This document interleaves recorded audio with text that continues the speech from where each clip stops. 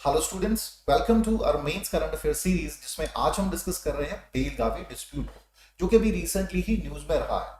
बेलगावी का जो रीजन है, it is located between Maharashtra and Karnataka, और बहुत लंबे समय से ये डिस्प्यूट का मामला रहा है।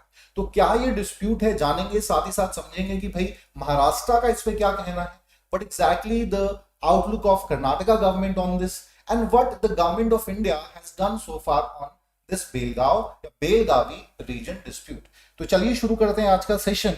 अभी रिसेंटली क्या है कि भाई कर्नाटका और महाराष्ट्र के बीच जो बेलगावी का रीजन है, जिसका नाम पहले बेलगांव भी हुआ करता था, एक हिस्टोरिकल फैक्ट बड़ा इंपॉर्टेंट इससे जुड़ा हुआ है कि भाई 1924 का जो कांग्रेस का सेशन हुआ था, महात्मा गांधी जिसके अध्यक्ष थे, वो आपके बेलगांव में ही हुआ था। ठीक है, अब बेलगांव का नाम बदल के बेलगावी कर दिया गया and currently it's a part of Karnataka.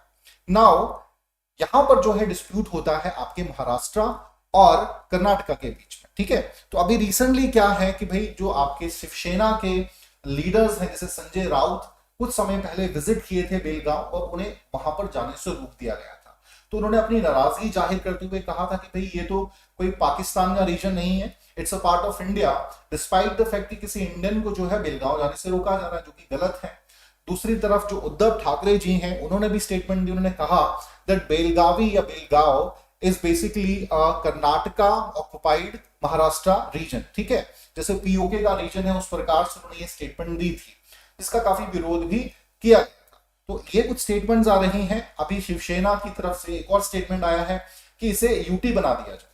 तो क्या कुछ ये डिस्प्यूट है और क्यों ये स्टेटमेंट्स आ रही हैं, ठीक है, इनको हम एक एक करके डिस्कस करेंगे। चलिए स्टूडेंट्स शुरू करते हैं। सबसे पहले जानेंगे कि भाई हुआ क्या ये मामला। As you can see in this map, Maharashtra और कर्नाटका के बीच में ये बेलगावी रीजन आता है। महाराष्ट्र का ये कहना है कि इस रीजन में जो है मराठी स्पीकिंग लोग ज्यादा हैं, and this is the region that it should be the part of Maharashtra, it shouldn't be the part of Karnataka. Alright, अब 1956 का जो स्टेट रीऑर्गेनाइजेशन एक्ट पारित किया गया था, इसके तहत ये बेलगावी का जो रीजन है ये कर्नाटका के हिस्से में चला गया था। ठीक है, अब महाराष्ट्र इन्वोक करता है section 21(2)(b) of this act. ठीक है, जिसमें ये कहता है कि तब्दीली होनी चाहिए because this region is a Marathi speaking region, और कोई भी मराठी स्पीकिंग रीजन है उसे जो है महाराष्ट्र के साथ ही जोड़ के रखना चाहिए। इसी से संबंधित स्टूडेंट थोड़ा सा इस पे बात कर लेते हैं पहले बेलगावी पे ही। तो कितना रीजन पे क्लेम कर रहा है? तकरीबन 2806 स्क्वायर मीटर का जो रीजन है आपके बेलगावी का, इस पर महाराष्ट्र क्लेम करता है, और तकरीबन इसमें 814 गांव का रीजन आता है। ऑलराइट, अभी मामला कहां से ये बड़ा है उस पर आएंगे। तो ये मामला सबसे पहले शुरू होता है 1948 में आपकी महाराष्ट्र एकीकरण समिति का गठन किया गया था। And the primary objective of Maharashtra एकीकरण समिति कि जितने भी मराठी स्पीकिंग रीजन है, मराठी स्पीकिंग एरियाज हैं, उनको महाराष्ट्र के साथ जोड़ के रखा जाए। अभी भी एग्जिस्टेंस में, अभी भी यही कोशिश इनकी है।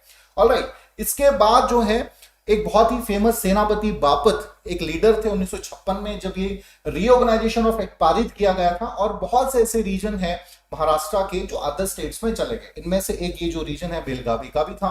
तो ये अनशन पे बैठे थे कि भाई बेलगावी का जो रीजन है इसे महाराष्ट्र में शामिल किया जाए। तो इस प्रकार की जो है काफी बार हंगर स्ट्राइक्स होती रही है, या लोगों द्वारा भी रोष प्रकट किया जाता रहा है, और सरकार जो है महाराष्ट्र और कर्नाटका की हमेशा ही एक विवाद का कारण इस पे इन दोनों ही गवर्नमेंट्स के बीच के बेलगावी का रीजन बना रहा है।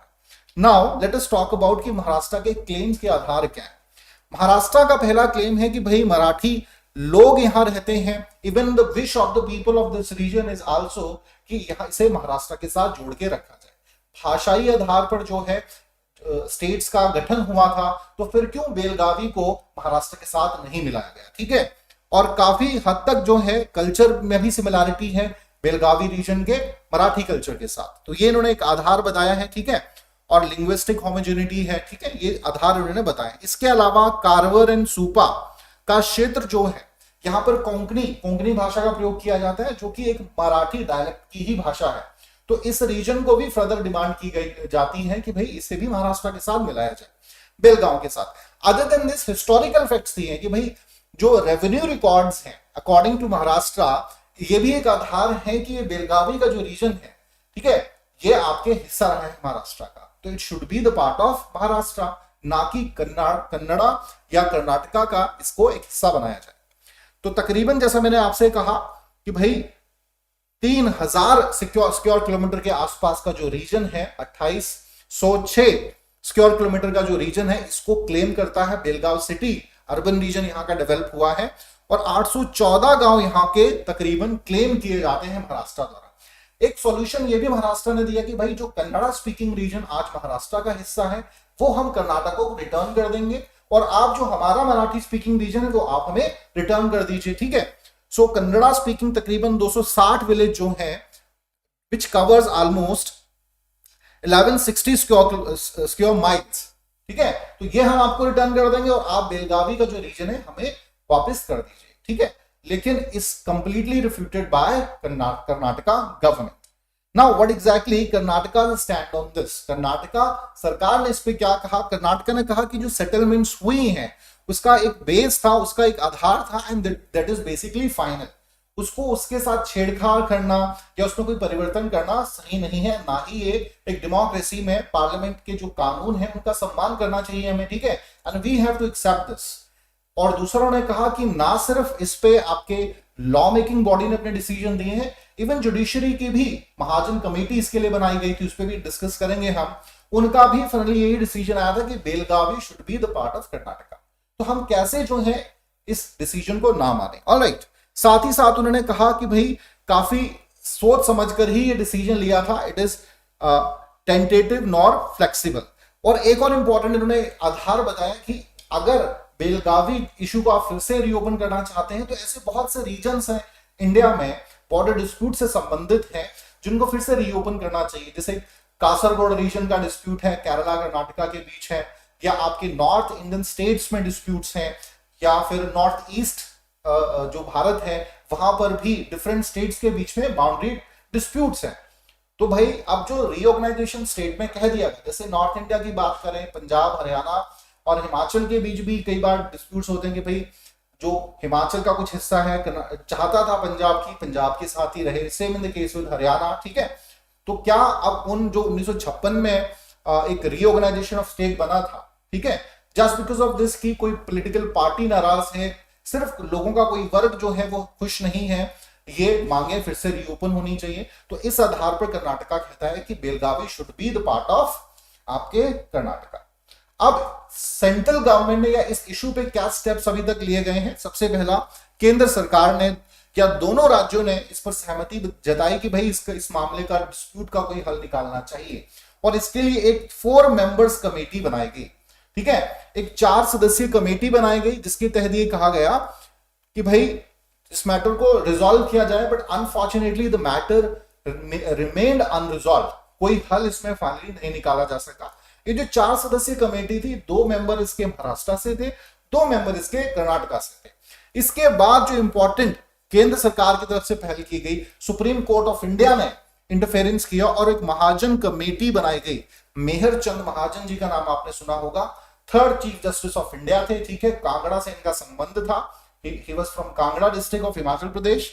तो वो इसके चेयर्ड बाय मेहर चंद महाजन। तो इस कमेटी में इन्होंने कहा कि भाई ये जो बेलगावी रीजन है, ठीक है, ये जो बेलगावी रीजन है, it is surrounded by three जो इसके एरिया है, it is surrounded by Kannada speaking people, और एक तरफ से ही सिर्फ मराठी स्पीकिंग लोगों जो है यहाँ पे रिसाइड कर रहे हैं, ठीक है।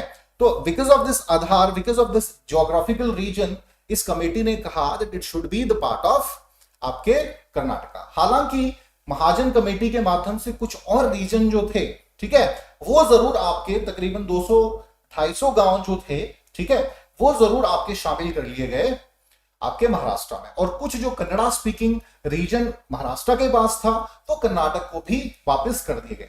लेकिन फिर भी बेलगावी का जो रीजन है ये महाराष्ट्र, ये आपके कर्नाटका के ही पास रहा था, ठीक है। तो बिल्कुल इस रिफ्यूट किया महाराष्ट्र गवर्नमेंट ने, इसे सही नहीं माना, कहा कि भाई ये बायस्ड है डिसीजन और हम क्लेम अभी भी अपना रखते हैं। तो उसके बाद से ही 60 से 80 तक का जो दौर था, इसके बीच बहुत बार ऐसी पहलें की गई, महाजन कमेटी के बाद भी बहुत से ऐसे स्टांस किए गए, डिस्कस की गई दोनों राज्य सरकारों द्वारा कि भाई बेलगावी का जो डिस्प्यूट है लैंड का, इसे किसी प्रकार से निपटाया जाए। और लगातार ये कोशिश रही कि महाराष्ट्र गवर्नमेंट की इस रीजन को महाराष्ट्र में शामिल कर दिया जाए, लेकिन कोई सॉल्यूशंस नहीं निकले हैं। और अभी भी बहुत बार उसके बाद से अगर हम बात करें 80 के बाद से, तो ये मामला कहीं ना कहीं ठंडे बस्ते में चला गया था, मतलब लाइमलाइट में नहीं रहा। इसका बहुत से कारण हो सकते हैं कि भाई जो लोग होते हैं, कल्चर डिफरेंसेस भी धीरे धीरे बदलने लगते हैं, ठीक है। आप एक समय भले ही किसी स्टेट इन्फ्लुएंस रहे, धीरे धीरे आपके प्रायोरिटीज बदलने लगती हैं, तो वो धीरे धीरे वो मामला भी ठंडे बस्ते में चला गया। बट अभी रिसेंटली फिर से जो है डिमांड्स होने लगी हैं ना। कर्नाटका के लिए भी हम देखें, कर्नाटका ने और भी ग्राउंड्स कहे, हिस्टोरिकली भी उन्होंने कहा, तो ज्योग्राफिकली दिए उन्होंने प्रमाण, हिस्टोरिकली भी कहा कि अगर लैंड रेवेन्यू रिकॉर्ड्स आप देखेंगे तो ये कन्नड़ा रीजन ही रहा है, ठीक है।